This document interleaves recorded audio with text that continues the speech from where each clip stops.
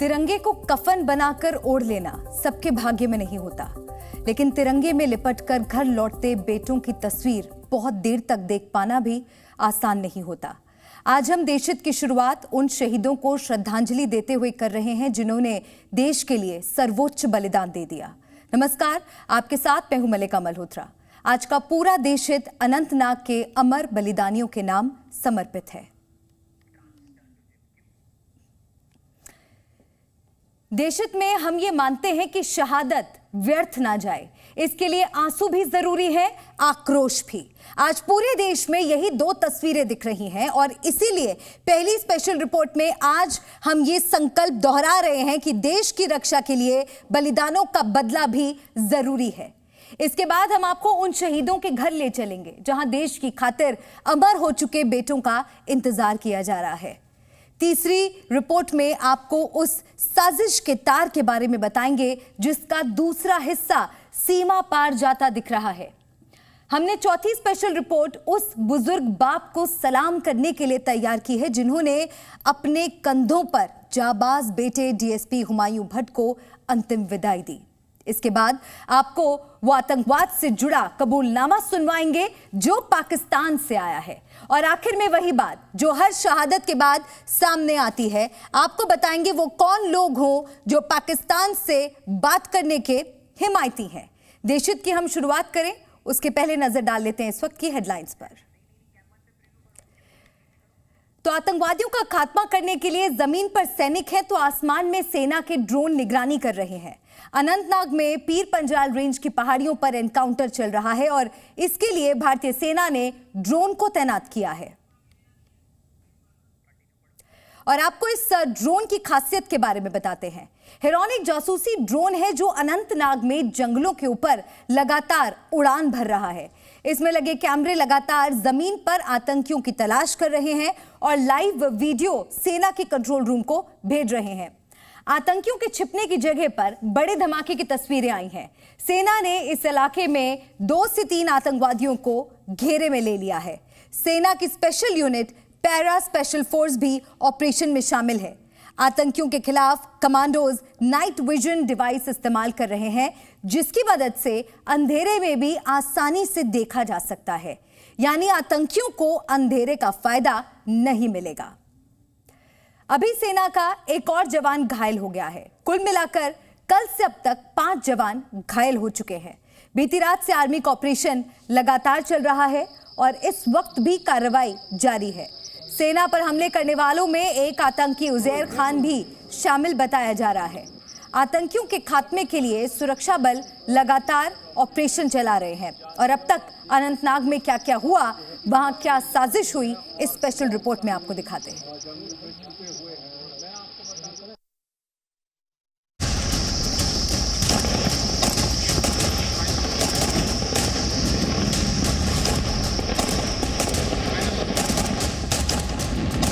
Firing और धमाकों की आवाज सुनाई देती है।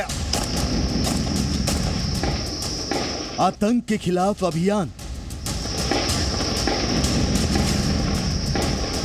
पीर पंचाल रेंज है सारी और एक तरफ से ये राजौरी पुंछ से मिलता है और दूसरी तरफ से ये किश्तवाड़ से मिलता है और पहाड़ी इलाके है। सेना पुलिस के 3 अफसर शहीद।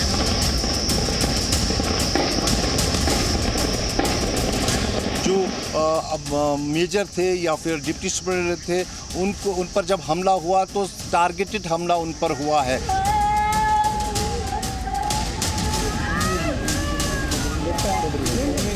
कश्मीर में आतंकियों का मददगार कौन? जिस तरह से घात लगाकर उन पर हमला किया गया उससे एक बात और कहीं न कहीं ये देखने को मिल रही है कि जो मिलिटेंट वहाँ छुपे थे उनको टिप था, कोई मोल है जिसने उनको खबर दी थी कि वहाँ पर जो है पार्टी आ रही है। शहीद कर्नल मनप्रीत सिंह, शहीद मेजर आशीष धौनचक, शहीद डीएसपी हुमायूं भट्ट। ये तीनों जाबाज कश्मीर में आतंकियों से लड़ते लड़ते शहीद हो गए। अपना फर्ज निभाते हुए इन अफसरों ने जान की परवाह तक नहीं की। बुधवार को अनंतनाग में गडोल के घने जंगलों में क्या हुआ, एक ऑपरेशन में शामिल 3 अफसर कैसे शहीद हुए, इससे जुड़ा बड़ा खुलासा हुआ है। बुधवार को अनंतनाग में आतंकियों के छिपे होने की पुख्ता जानकारी मिलने के बाद सेना और पुलिस ने साझा ऑपरेशन शुरू किया। कर्नल मनप्रीत सिंह की अगुवाई में 23 जवानों की टीम आतंकियों के ठिकाने की तरफ बढ़ी। तभी जंगल में एक झोपड़ी में छिपे आतंकियों ने ताबड़तोड़ फायरिंग की।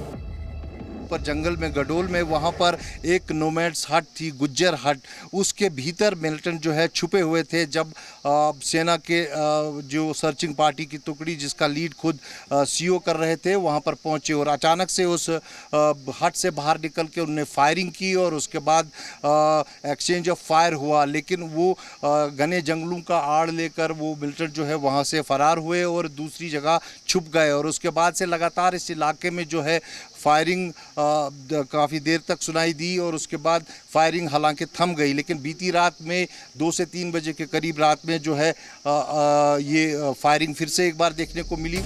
हमला घात लगाकर किया गया तो क्या आतंकियों के पास सेना के ऑपरेशन की जानकारी पहले से थी? आखिर आतंकियों तक ऐसा टॉप सीक्रेट इनपुट कैसे पहुंचा और उन्होंने सेना पुलिस के अधिकारियों को ही टारगेट क्यों किया? इसके पीछे आतंकियों का क्या मकसद हो सकता है? सर्च ऑपरेशन में कई बार आप भी एम्बुश हो जाते हैं और लगता यही है कि यही उन्होंने किया है और उन्होंने सीधा जो है टारगेट किया है हमारे अफसरों के ऊपर। ये दर्शाता है कि ये जो टेररिस्ट हैं वहाँ पे ये बड़े ट्रेंड हैं और इनको इंस्ट्रक्शंस भी मिल रही हैं वहाँ से कि भाई आपने किस हिसाब से ये कार्रवाइयाँ करनी है। अनंतनाग के जिस इलाके में अफसर शहीद हुए वहाँ घना जंगल है, दूर दूर तक सिर्फ ऊंची पहाड़ियां हैं। आशंका जताई जा रही है कि ऐसे इलाकों को अक्सर आतंकवादी छिपने के लिए इस्तेमाल करते हैं। ये कोकरनाग का सबसे लास्ट गांव कहें तो गलत नहीं होगा।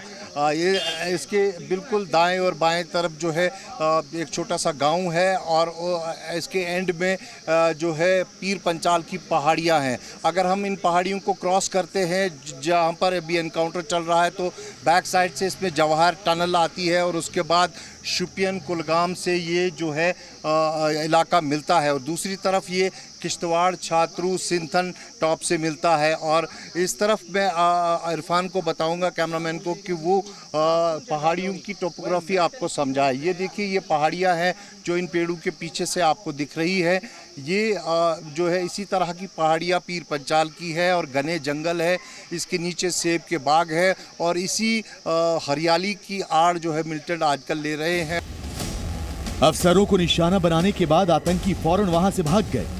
इसके बाद सेना ने वो झोपड़ी नष्ट कर दी जिससे घात लगाकर आतंकियों ने हमला किया था। घने जंगलों में आतंकी पहले से छिपे थे। इसका इनपुट मिलने के बाद सेना ने ऑपरेशन शुरू किया, पर जिस तरह आतंकियों ने हमला बोला उससे सुरक्षा एजेंसियों के सामने नई चुनौती खड़ी हो गई। कोई सोर्स ने खबर दी थी कि उसने कोई हाइड आउट बनाया है और जंगल जो पहाड़ी इलाका है कोकरनाग का, उसमें घने जंगल में पहाड़ी इलाके में एक हाइड आउट में उसने टेररिस्टों को रखा है। इसमें ये भी देखना चाहिए कि कहीं ये सोर्स मिला हुआ ना हो। इसने ये इन्फॉर्मेशन दी और मुझे लगता है कि वो एम्बुश लगा के बैठे थे। सूत्रों के मुताबिक अनंतनाग में हुआ हमला भी आईएसआई की साजिश का हिस्सा माना जा रहा है। अनंतनाग हमले को लेकर आईएसआई की बड़ी साजिश का खुलासा हुआ है। सूत्रों के मुताबिक पीओके में सक्रिय कई ठिकानों में आतंकियों की संख्या अचानक बढ़ी है। एलओसी के नजदीक लॉन्च पैड पर जहां पाकिस्तानी सेना तैनात है वहीं पर आतंकी शिफ्ट किए गए हैं। इसका मकसद भारतीय सेना की किसी भी स्ट्राइक से आतंकियों को बचाना है। ऐसा माना जा रहा है कि जम्मू कश्मीर के अंदर जो एक के बाद एक बड़े हमले हो रहे हैं उसको लेकर के एक बड़े लेवल पर पाकिस्तान के अंदर पीओके के अंदर प्लानिंग रची गई है, साजिशें बनाई गई हैं कि किस तरीके से जम्मू कश्मीर में जो इस वक्त अमन चैन का माहौल है उसको पूरी तरीके से ख़त्म करना है और सिक्योरिटी फोर्सेस पर बड़े हमले करने हैं। अनंतनाग जैसे टेरर अटैक के बाद सेना का ऑपरेशन 2 गुनी रफ्तार से शुरू हो गया है। आतंक का सफाया करने के लिए भी हमारी सेना मिशन मोड पर है और देश की खातिर मर मिटने वाले हर अफसर और जवान की शहादत का बदला जरूर लिया जाएगा। अनंतनाग से खालिद हुसैन और दिल्ली से मनीष शुक्ला के साथ ब्यूरो रिपोर्ट, जी मीडिया। सेना के इस ऑपरेशन में आतंकियों का मुकाबला करने वाले 3 जाबाज अब इस दुनिया में नहीं है। उनका परिवार खुशियों का इंतजार कर रहा था। एक माँ को अपने बेटे से बहुत सारी बातें करनी थी, तो बच्चों को अपने पापा के साथ घूमने जाना था, मगर ये सब हसरतें अब अधूरी रह गईं। कर्नल मनप्रीत सिंह, मेजर आशीष धौंचक और डीएसपी हुमायूं की शहादत के साथ ही पल भर में कई सपने बिखर गए। कई परिवारों ने अपनों को खोया और उनकी तमाम खुशियां गम में बदल गईं।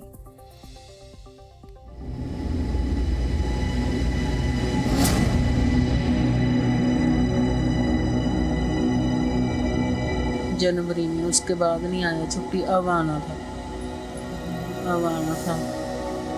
अक्टूबर में आना था छुट्टी। कर्नल मनप्रीत सिंह की मां को अक्टूबर में बेटे के घर आने का इंतजार था। मां अपने लाडले की राह देख रही थी, पर यह इंतजार खत्म होता मां अपने जिगर के टुकड़े को जी भर कर देखती, उससे पहले ही शहादत की खबर आ गई। अनंतनाग में शहीद हुए कर्नल मनप्रीत सिंह का परिवार मोहाली में रहता है। बेटे की शहादत की खबर सुनकर मां के आंसू थम नहीं रहे। मां के साथ कर्नल मनप्रीत सिंह की आखिरी बार 10 सितंबर रविवार को बात हुई थी। मां इसी आस में थी कि अगले महीने बेटा घर आएगा तो जी भरकर बात होगी, पर अब मां अपने जिगर के टुकड़े की आवाज कभी नहीं सुन पाएगी। संडे को हुई थी। क्या बोले?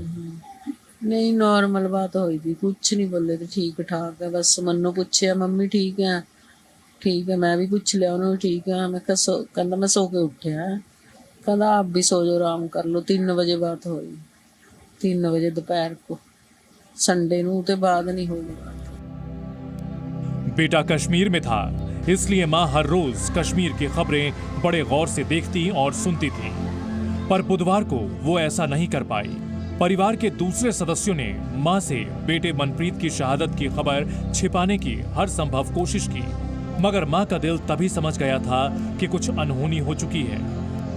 कल ना मैं हमेशा न्यूज़ देखती रहती, मैं न्यूज़ देखती रहती थी, हर टाइम मैं न्यूज़ देखती थी और श्रीनगर की देखती थी क्योंकि मेरा बेटा था वहाँ। तो कल मैंने न्यूज़ नहीं देखी, मैं ना कहीं रिश्तेदारी में गई थी, वहाँ भोग था, वहाँ से मैं 5 बजे आई, 5-6 बजे। उस टाइम फिर इत्थे घर मन्नो मेरे परिवार दे बच्चों ने देख के उन्हें मम्मी पापा नूं दस्सिया। मम्मी पापा मेरे पास आए, वो और बातें करने लग गए, बैठ गए। मेरे को शक हो गया था वहाँ कोई बात है, ये उदास से भी आ। कर्नल मनप्रीत सिंह को बचपन से सेना और उसके अनुशासन से लगाव था। दादा के बाद पिता भी सेना में रहकर देश सेवा कर चुके थे, लिहाजा मनप्रीत ने भी अपने परिवार की परंपरा को आगे बढ़ाने का संकल्प लिया। दादाजी मिलिट्री में थे, दादाजी भी मिलिट्री में थे, पापा भी मिलिट्री में थे, तो इनको भी बहुत शौक था मिलिट्री में जाने का। मनप्रीत को भी बहुत शौक था मिलिट्री में जाने का। कर्नल मनप्रीत सिंह के पिता पहले अपने बेटे को सेना में नहीं भेजना चाहते थे, पर बेटे के जज्बे और जिद के आगे उनकी एक न चली। उसका आपका शौक था, पापा तो मना कर देते, लेकिन उसको शौक था। फिर मैंने भी कह दिया, महा चलो कोई नहीं, जाने दो, जहाँ दिल करता वहाँ काम करो, कोई बात नहीं। कर्नल मनप्रीत सिंह सबके चहेते थे। घर, परिवार, रिश्तेदार, पड़ोसी सभी मनप्रीत सिंह की जिंदा दिली के कायल थे। मनप्रीत का यूं चले जाना पूरे परिवार के लिए किसी सदमे से कम नहीं। 2016 में कर्नल सिंह की शादी हुई थी, उनके 2 छोटे छोटे बच्चे हैं। मतलब साथ साथ मेरे का एनडीए का हो गया, आर्मी का क्लियर हो गया, क्योंकि वही देशभक्ति की बात या खून में जो ऐसा था आर्मी से रिलेटेड होने की वजह से, तो फिर इन्होंने आर्मी ज्वाइन कर ली क्योंकि इनका एनडीए का टेस्ट क्लियर हुआ, तो इन्होंने इसको प्रेफरेंस दी और आर्मी में चले गए। तो जो इनके जो वाइफ हैं वो कहाँ रहते हैं और कितने बच्चे हैं?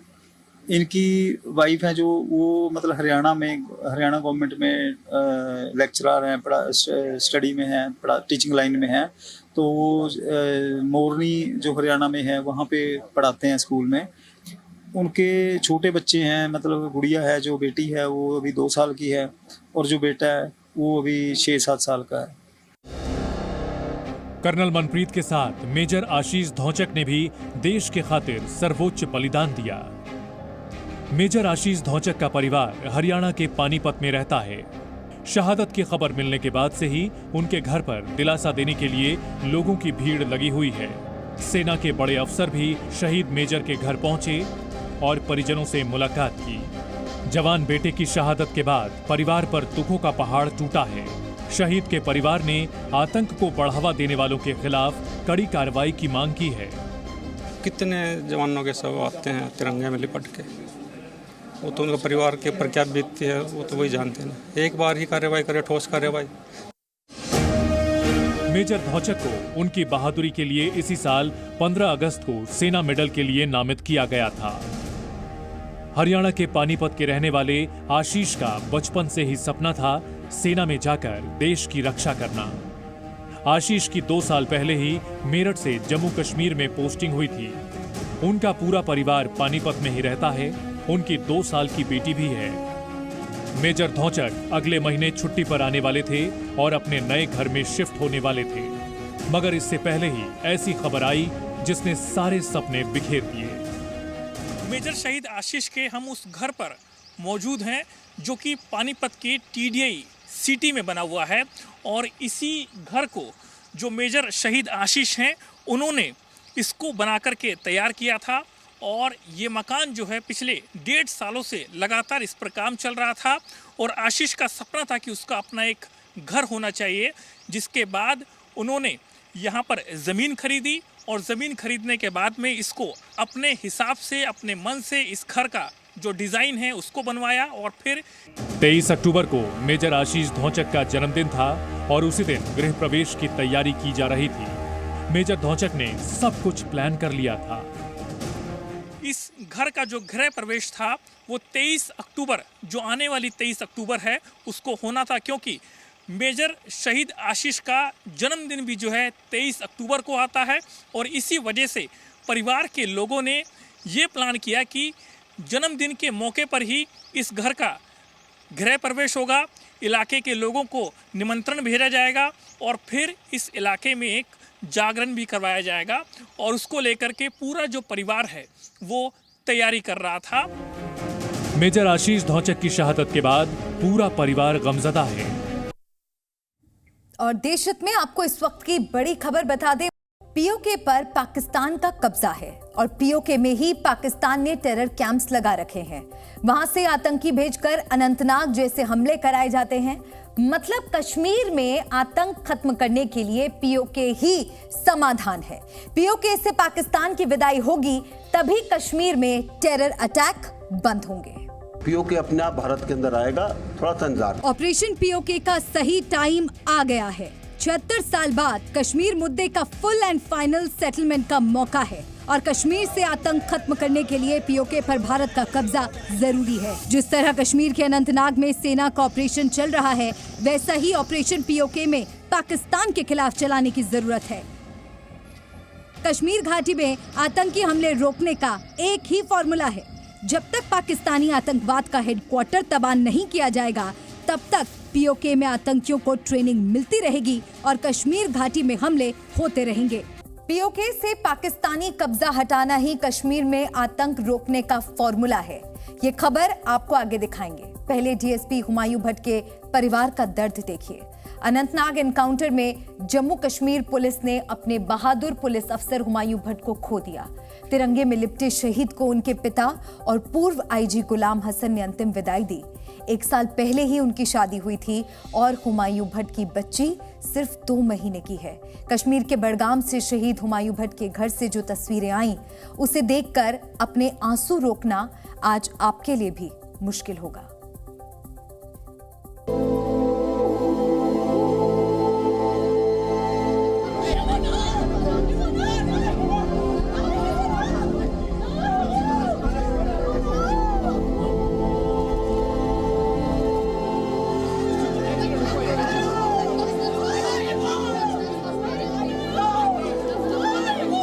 नम आंखें,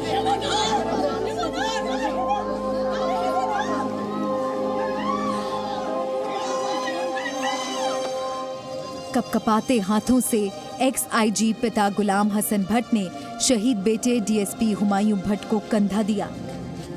जिस कंधे पर पिता ने शौर्य के मेडल देखे थे, उसी कंधे पर शहीद बेटे को आखिरी विदाई दी।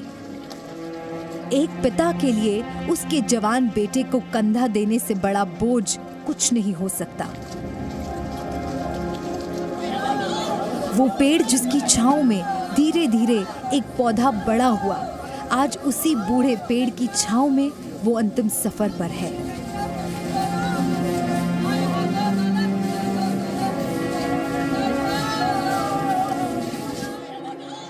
पूर्व आईपीएस गुलाम हसन के लिए बेटे का ताबूत लेकर चंद कदम चलना भी मुश्किल हो गया।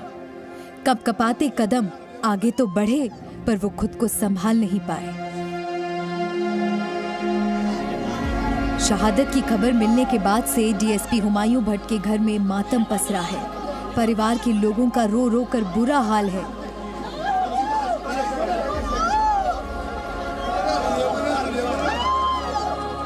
घर की दहलीज पर एक कोने से सटकर शहीद की पत्नी और मां बिलख बिलख कर रो रही हैं।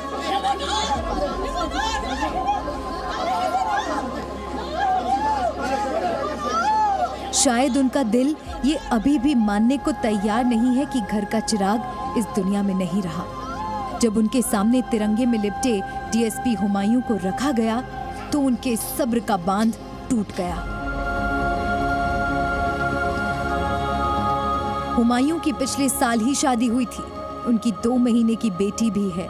घर में जहां किलकारियां गूंज रही थी, अब वहां लोगों की आंखों में सिर्फ आंसू हैं। हुमायूं ने अपनी शहादत देकर इस इलाके का नाम रोशन कर दिया। शहीद की आखिरी झलक पाने के लिए उनकी अंतिम यात्रा में पूरा बड़गाम शामिल हो गया। जम्मू कश्मीर के अनंतनाग के कोकरनाग इलाके में मिलिटेंटों के साथ मुठभेड़ में एक कर्नल, एक मेजर और पुलिस के डीएसपी शहीद हुए। बताया जा रहा है कि डीएसपी हुमायूं भट्ट ने मरने से पहले अपने घर वीडियो कॉल की और एनकाउंटर के बारे में जानकारी दी। डीएसपी काफी वक्त तक मौत से लड़ते रहे, लेकिन बचाए नहीं जा सके। एक पिता होने के नाते गुलाम हसन भले ही अंदर से टूट चुके हों, लेकिन पूर्व अफसर के तौर पर अपने शहीद बेटे को श्रद्धांजलि देते समय वो काफी शांत और दृढ़ रहे। जब एक पिता ने अपने बेटे के पार्थिव शरीर पर पुष्पांजलि अर्पित की, तो इस तस्वीर ने सबको झकझोर कर रख दिया।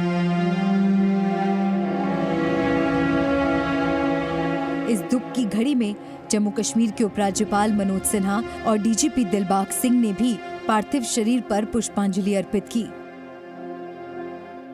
सीमा की रक्षा के लिए जहां जान की बाजी लगाने वाले शहीदों के लिए देश का सीना गर्व से चौड़ा हो गया है, वहीं बहादुरों को खोने का गम भी है। पाकिस्तान की बार बार कायराना हरकतों की वजह से अब आक्रोश की आग भी जल उठी है। सोचना चाहिए, क्योंकि जब तक हम अलग थलग नहीं करेंगे पाकिस्तान को, नहीं तो उनके लिए बिजनेस एज नॉर्मल है। हाँ जी ठीक है, बॉलीवुड वाले आ जाएंगे हमारे यहाँ, क्रिकेट मैच खेलने वाले आ जाएंगे हमारे यहाँ, सब ठीक है, चंगा है जी, कोई दिक्कत नहीं है। वही मैं कह रहा हूँ कि अगर उसके ऊपर दबाव डालना है तो उसको अलग थलग करना पड़ेगा।